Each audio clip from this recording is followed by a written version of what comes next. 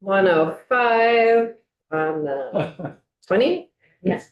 And we are picking up the education technology bill that I gave George on the agenda, so I don't have it. H650. Thank you so much, Bill. It is H650, an act related to educational technology products. This can't be controversial. So before Rick jumps in, I just want to set the stage for everyone. When this bill was introduced, it had a fee in it. As it left the Commerce Committee, it has no fee in it. We have no jurisdiction over this bill at all anymore, but it had to come to us because the underlying bill as introduced had a fee in it. And that's important, right? Because on the floor. Yes. You can always go underneath that. Yeah. Amended bill and talk about that. Thank you. Just add that. Thank you for the. An exciting addition to that.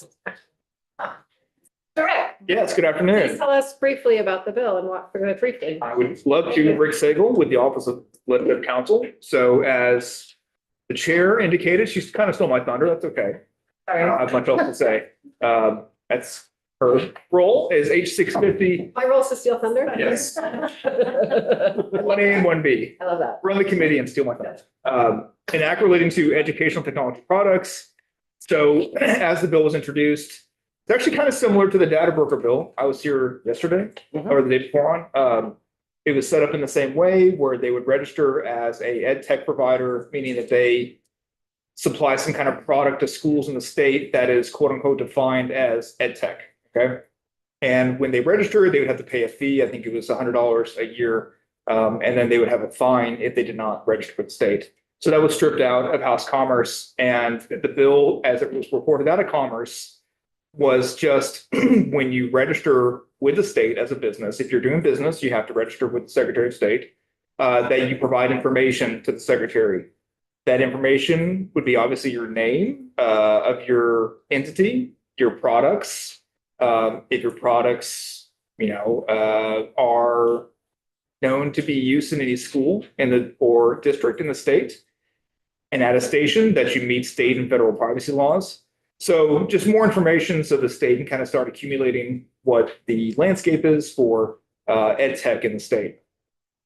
So instead of requiring the underlying bill as introduced was also going to require certification of products that I think it was the Secretary of State would actually go through and certify these products as being, word capable, but as being certified to be used in schools. That was stripped out. So instead you have a study from the AOE that will review these registrations as they come in to the Secretary of State. So you have the names of the providers, the names of the products, and they will see, do we have products in the state that are not being registered with the state? That's the thing they'll do. The second thing they'll do is see if these products should be certified and how that process should look. Which entity should certify? Should they work with non-public sector entities to certify these ed tech products? So basically a study with a report back in November of 2027. That's the bill. So there's no fee, there's no penalty in the bill as it came out of Commerce. Effective July 1, 2026. Any questions for Rick? Back by December, what'd you say? November 15th, 2027. I love that. November. Wild. Representative Holcomb. And the AOE has said they have the capacity to do this? Did they provide testimony? I don't know. I was not present if they did, so I can't answer that question. I don't know. We can ask the reporter of the bill in a little bit. Any other questions for Rick? She's inside the Zoom. Great. Thanks, Rick. Yeah. Hang around. Julia, can you tell us about the fiscal impact of the bill? You're welcome to stay in your seat. Julia Richter at JFO. There's no fiscal impact. There's no fiscal note for the bill because there is no state level estimated fiscal impact. Thank you. Representative Rennigan. What about, there used to be a fee, now there's no fee. What about that revenue we're losing? There must be some impact there. the bill as introduced included a fee, but because that fee was not. It did not. A new exist. So, It's a new fee. I didn't know that. Okay, fine, good. Then we're good to go. Great. Running into all the weeks. Representative Holcomb, do you want Edie to answer your question? I mean, yeah, it's fine. I mean, I'm gonna vote for this bill. Okay. Great. Brady, did Representative Granning, did the AOE address this report? Hi, Edie Granning, representing Jericho and Underhill, reporter of the bill. So the Agency of Education provided testimony a few times for us. As we continued to update the bill, they continued to provide testimony on the initial version of the bill. So what we decided is that they clearly need some time to figure out what they can do and what the cost would be to do that. And so the study is really for them to tell us that. This is the information that we think would be valuable. What would it take for you to do that? And how much would it cost for you to do that? And I don't think it's as clear as it could be in the bill. With the crossover deadline and everything else, it's probably not written in the same format that we often see bills. But that is the section for the agency, is to tell us what would it cost for you to get this kind of information back to the legislature. Thanks. Edie, at the risk of asking questions that aren't in our germane. So why did It's a great the quality on a Friday afternoon. why did the committee feel it necessary to do this? Is there a problem that exists now that we're trying to solve?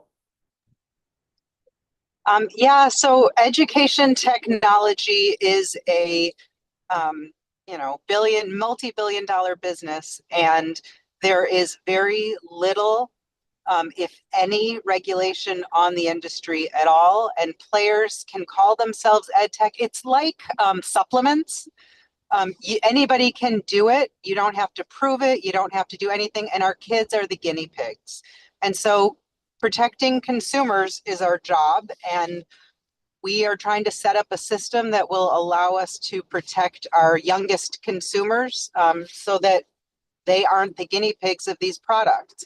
And data privacy is one piece of it. And a percentage of our schools, I think 40 of the 52 supervisory union groups, have systems to protect kids in the data privacy area, which is great, but also, is the ed tech actually doing what it's supposed to be doing? Nobody's looking at that right now.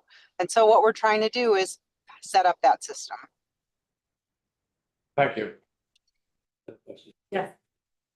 Representative Granning, this is Bill Canfield. What about schools who have pretty sturdy IT functions now, and some of these things might be duplication of services? Will that be fleshed out in this study?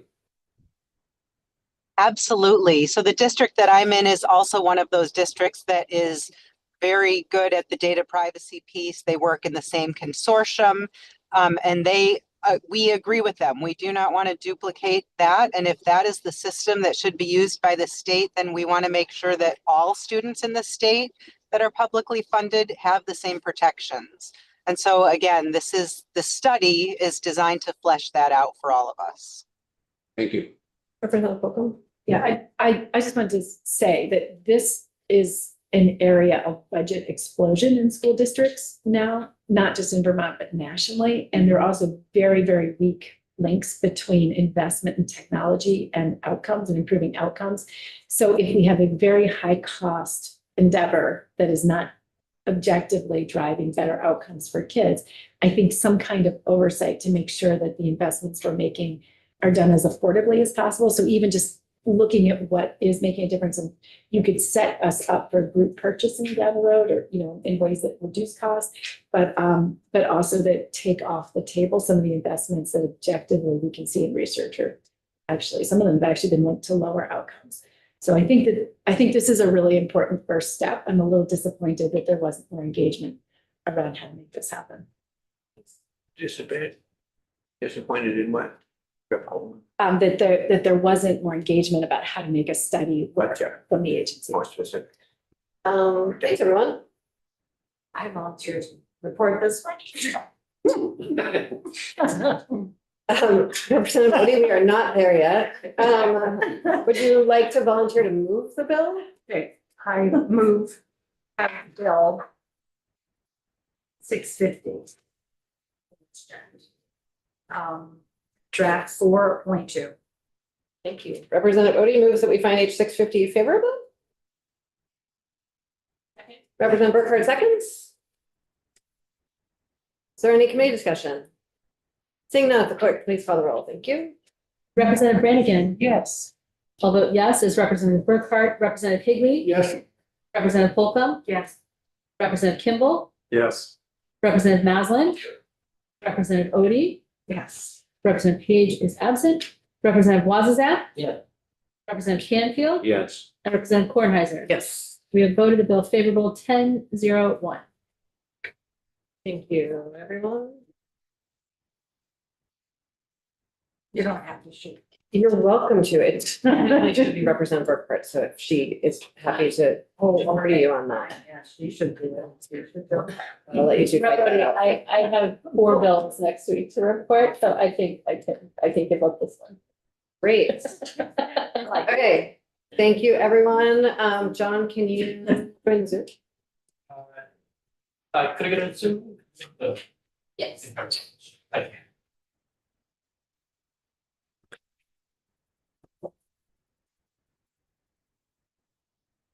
So folks, I am offering a technical amendment to the yield bill.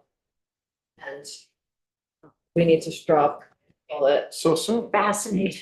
It's really like a technical amendment. Really. Sure. The staff sent me an email and said, can we make this change? And I said, yes. Very nonpartisan. Nonpartisan. It's posted under committee, I didn't know. Thank you.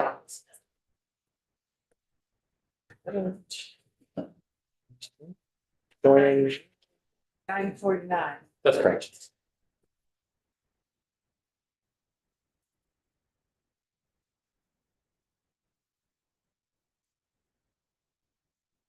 Okay, I am John Gray. The Office of Legislative Counsel. Anything else or? That's it. And with that, I'll leave you guys. No, they like changed the word. Everyone was waiting with bated breath. Source We all have other stuff to do. 9:49, technical. Rush in the one day or something. Okay. I have Here we go.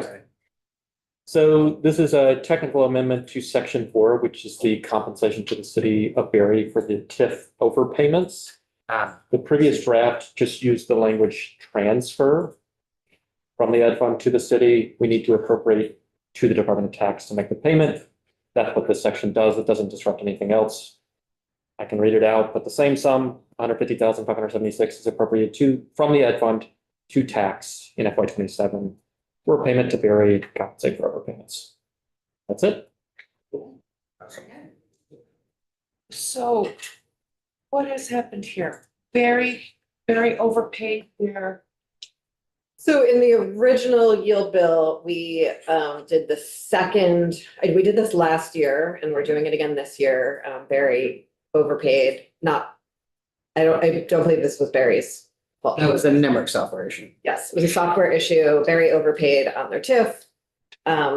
We paid them back for a bunch of years last year and we're paying them back for the rest of the years this year. We already passed that in the yield bill. This is just John changing like 2 words for how we. Yes, this same section was in the yield bill that you voted out yesterday. It just used the word transfer rather than appropriate. So this is something I should have caught during the first. Well, he's been crazy busy around here. What line? You covered in it. It's really just, so the sum is appropriated. That's what was missing. It said transferred. Now it's appropriated from the ed fund to the Department of Tax. Same figures used for the same purpose, covering the same period. I understand. So it really is a technical, yep. Thank you for bringing that to our attention. It's that Julia brought it to. Just a strange question. They overpaid because they didn't retain as much as they needed to in the TIF. Am I getting that right? I think that's a way to describe it. The software told a particular figure to send, and they sent more than was warranted. That was warranted, yeah. And it was from 16 to FY 16 or 17 to FY 24. In catching up with the numbers. Yeah. Last year, we found the numbers for 16 through 20, because Exactly. last year's took a little longer. So this is the second half of it, but NEMRIC has told us the issue is now fixed. Thanks, Andre. You need a motion to. It's a, sure. Thanks. Great. Phone number. I move, Madam Chair, to be, I don't know if you accept something, change language as proposed by Ledge Council. I proposed it, sir. Oh, you did, all right. Yeah. Do you want a second or just do it? So Representative Maslin, I believe, moves that we find the Kornheiser amendment to H 650 draft 1.0. 949, yep. Oh, God, thanks. Yep. Favorable. Which was again, Representative Maslin, I believe, moved that we find the Kornheiser amendment to H 949 favorable. That he does. Great. I would second his motion. Representative Kimball seconds Representative Maslin's motion. And is there any discussion? I'm very much in favor. That's wonderful. Thank you. I don't know how I feel about this. Okay, guys, we're really so close to the end here. I know. Very thank you for your support, Kevin. You're most welcome. Seeing no further discussion, the clerk can please call the roll. Okay. Representative Brannigan. Yes. I'll vote yes. Is Representative Brookhart, Representative Higley, Yes. Representative Holcomb? Yes. Representative Kimball, Yes. Representative Maslin? Yep. Representative Odie, Yes. Representative Page is absent, Representative Wazazak, Yeah. Representative Canfield. Yes. Representative Kornheiser. Thank you. We found the amendment favorable 10-0-1. Thank you, everyone. Have a really lovely weekend. Thank you for so much good work this week. It was really pretty incredible. Yeah. And I'll, To a lot of stuff. thank you. Yeah. Big week. It's a big week and we did it. Mhm. And I'll see everyone on Tuesday. We're gonna go back into education again. And we're also gonna spend some time on the pilot fund. I have not received any emails from anyone about witnesses that they're hoping. Oh, For- I worked. They will. Okay, well, sooner rather than later is how Sorsha does her job, so Got it. let's do it, team.